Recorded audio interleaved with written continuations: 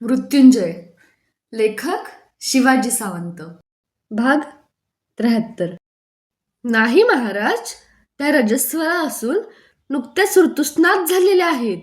स्नानागारातून स्नान करून बाहेर पडल्यानंतर केश उधळून आपली वेशभूषाही त्यांनी अजून केलेली नाही. खाली मान घालून प्रातिकाम्यानं निवेदन केलं. प्रातिकाम्या, सारथी म्हणून रथाचे घोडे जितक्या काळजीपूर्वक हाकतोस तितक्याच काटेकोरपणे तुला दुर्योधनाच्या आज्ञा पाळता येत नाहीत. दुःशासन, उठ, त्या प्रातिकाम्याला दाखवून दे की सारथ्यात आणि क्षत्रियात काय फरक असतो ते. जा आणि तिला असेल तशी फरफटत इथं घेऊन ये. विजेसारखी त्याची निर्मम कडकडीत आज्ञा सुटली. चापातून बाण सुटतो तसा दुःशासन सभागृहातून सुटला. त्या तशा स्थितीतही दुर्योधनानं प्रातिकाम्याची सारथी म्हणून केलेली हेटाळणी मला मुळीच आवडली नाही. धुंदपणानं बोलताना आपला मित्र कर्णही सारथी आहे याचं त्याला विस्मरण झालं असावं. त्याच्या त्या उद्गारांनी मला मात्र सभागृहातून उठून मिळेल त्या रथात माता पित्यासह बसून तडक चंपानगरी गाठावी असं क्षणभर वाटलं. मी मनानं माझ्या आसनावरून उठलोही एका अशा ठिकाणी जाण्यासाठी की जिथं सारथ्यांची कुणीही आणि कधीही एवढी घोर हेटाळणी करणार नाही.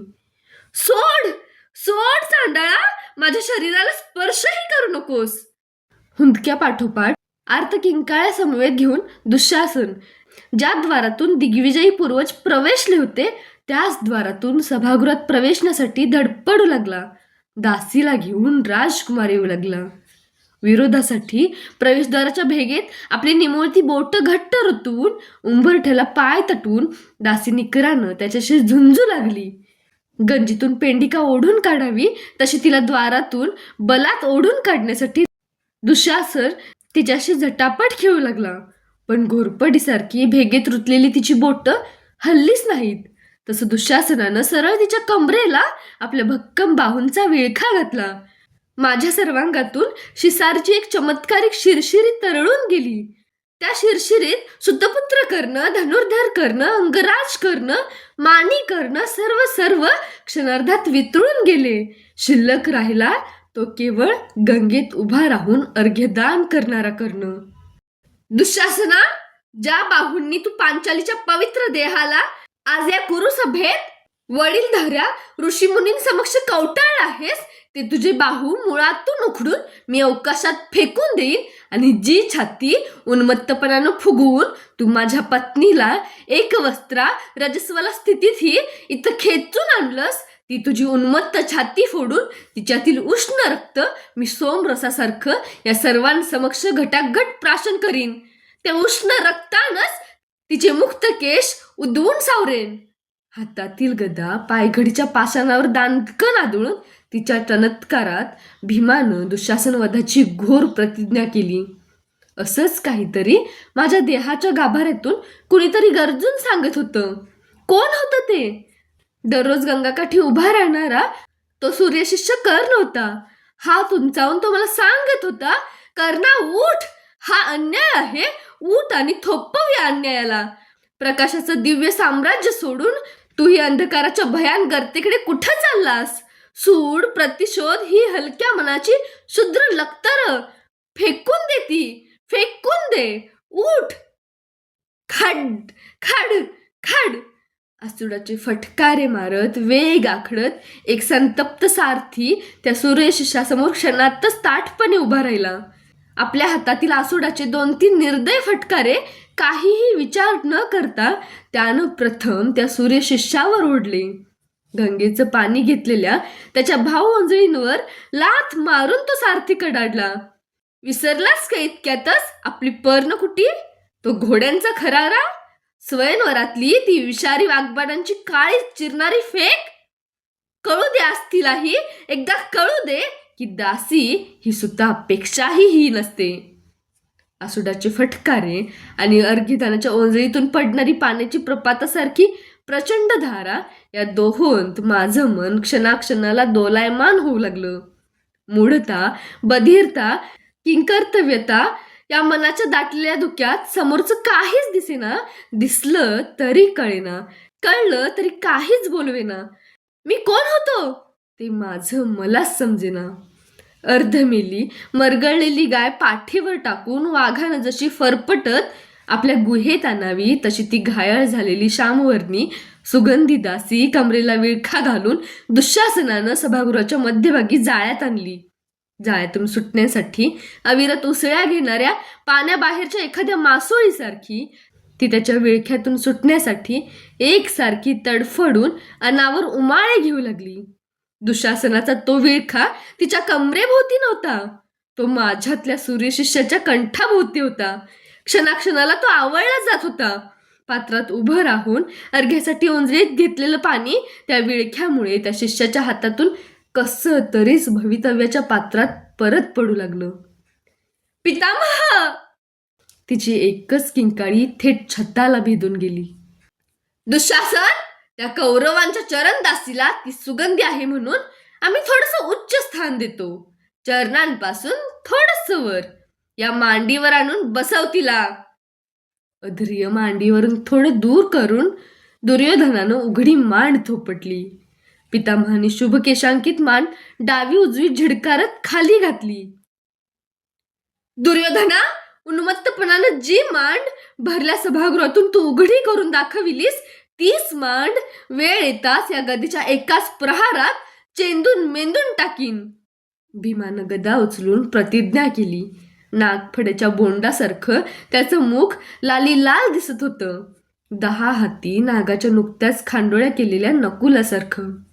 भीमा, दासांच्या प्रतिज्ञेला वल्गनेपेक्षा अधिक काहीच मोल नसतं. दुर्योधनाला काय झालं होतं तेच मला समजेना. तो पेटत्या पलित्यासारखा दिसत होता. सारथी आग ओकत होता. माझ्या शरीरात सारथ्याचं आणि सूर्यशिष्याचं भयानक द्वंद्व सुरू झालं. दोघांनी एकमेकांना निर्दयपणे बुकलायला सुरुवात केली. कोण कुणावर विजय मिळवणार होतं काहीच समजत नव्हतं. अन्याय, एक रजस्वलेवर भर सभागृहात गुरुजन आणि वृद्धांसमक्ष अन्याय. विटंबना, स्त्रीची विटंबना म्हणजे पावित्र्याची विटंबना. विनाश, स्त्रीच्या शिलाचा विनाश म्हणजे समग्र मांगल्याचा शुचितेचा विनाश.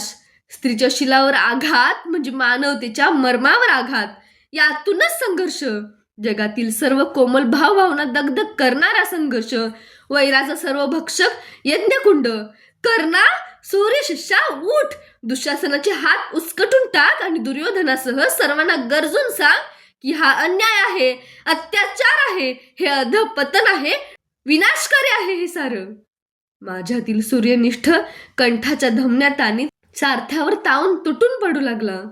हातातील किरणांची खडक त्याच्या उरात खुपसू लागला, पण त्या सारथ्याला काहीच होत नव्हतं. त्याचं कातडं अभेद्य होतं.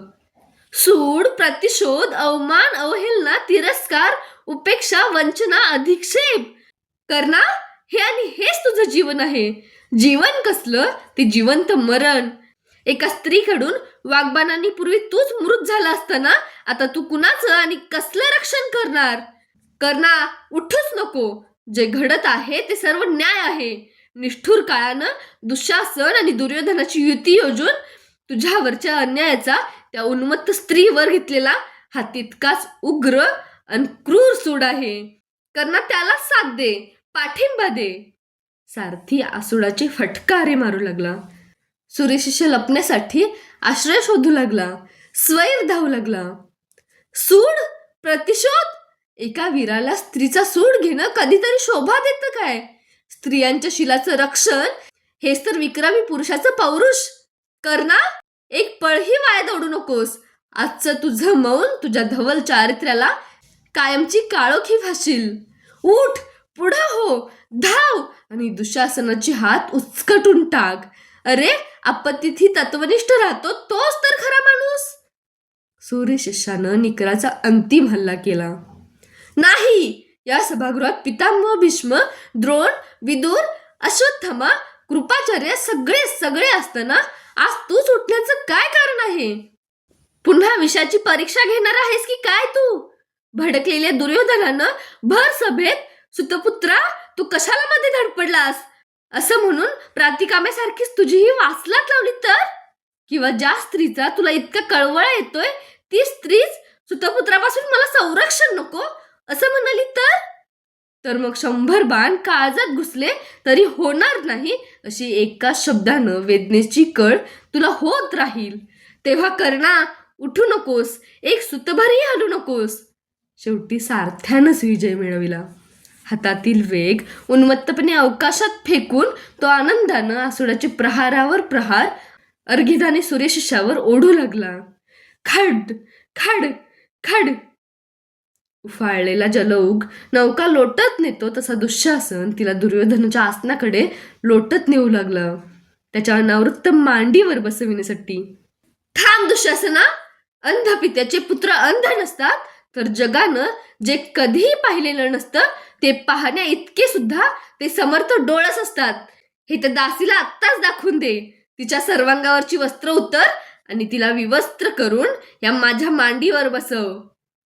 लोहकारानं घन घालताच तप्त लोह धावेवरून चोहोबाजूंना ठिणग्या उडतात तशा दुर्योधनाच्या मुखातून शब्दांच्या केवळ ठिणग्या उडाल्या. सर्व ऋषींनी कानांवर हात ठेवले, नेत्र मिटले. दुर्योधना! राजमाता गांधारी देवी किंचाळल्या. दुर्योधना, नीचा! गदा पेलून भीम दातोट खात त्याच्या आसनाकडे धावला, उसळलेल्या शार्दुलासारखा. माग फिर भीमा. मान वर न उठविता आपल्या जागेवरून एक अंघोळभरही न हलता युधिष्ठिरानं त्याला पुन्हा मागं घेतलं, केवळ शब्दांनी, पायाच्या अंगठ्याकडे पाहत. आता मात्र असह्य कोंडीपोटी भीम युधिष्ठिराकडे बघत कडाडला. सहदेवा, थोडा अग्नी आण, द्यूत खेळणारे याचेच हात जाळून टाकतो. अर्जुनानं निकरानं त्याला आवरलं. भडकलेला वनवा हिरवळीकडे सरकतो तसा क्षणात दुःशासन द्रौपदीकडे सरकला.